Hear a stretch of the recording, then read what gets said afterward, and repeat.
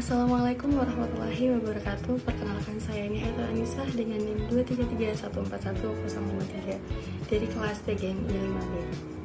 Dan di sini saya akan menjelaskan suatu materi terkait urgensi dan kedudukan terkait IPS sendiri. Nah, pengertian IPS sendiri itu adalah merupakan bidang studi yang memadukan berbagai disiplin ilmu sosial seperti sosiologi, sejarah, geografi, ekonomi, politik, dan juga budaya. Menurut Nu'man Sumantri 2001, pendidikan IPS itu adalah penyederhanaan dari ilmu sosial dan humaniora yang disusun secara ilmiah dan pedagogis untuk tujuan pendidikan. Nah, artinya materi IPS itu disesuaikan dengan tingkat kemampuan dan minat peserta didik. Kemudian ada kedudukan IPS dalam pendidikan. Yang pertama itu kedudukan pada materi pelajaran pokok di SD atau MI. Ya, di situ mengenalkan kehidupan sosial dan nilai kebangsaan sejak dini.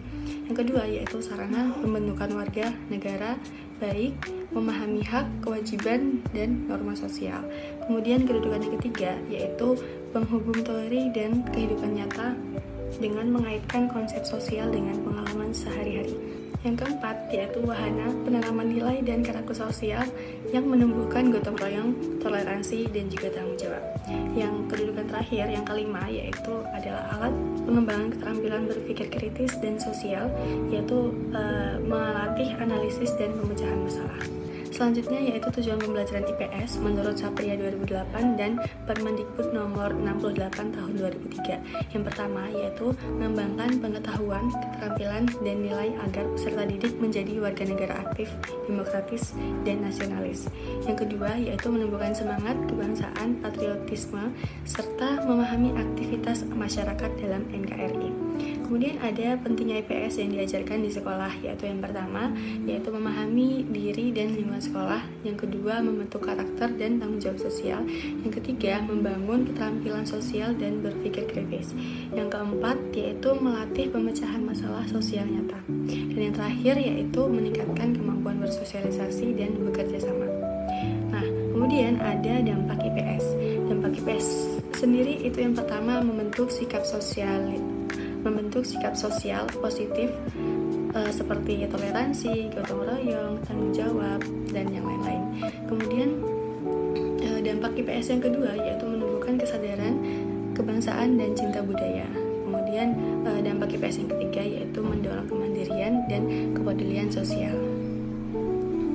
Nah, dari materi yang saya paparkan itu, saya mengambil kesimpulan bahwa IPS ini memiliki peran penting dalam dunia pendidikan, terutama di jenjang sekolah dasar.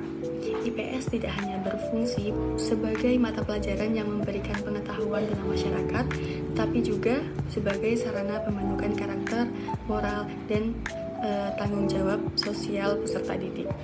Nah, melalui pembelajaran IPS ini, siswa diajak memahami diri dan lingkungannya, menghargai perbedaan, serta menanamkan nilai-nilai Pancasila seperti gotong royong, toleransi, dan keadilan. Nah, IPS ini juga menghubungkan teori sosial dengan kehidupan nyata, sehingga siswa mampu berpikir kritis, memecahkan masalah sosial, dan berperan aktif sebagai warga negara yang baik.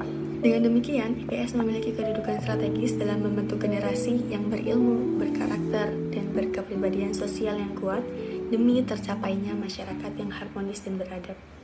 Mungkin cukup sekian penyampaian materi dari saya. Apabila masih ada kurangnya, mohon dimaafkan. Wassalamualaikum warahmatullahi wabarakatuh.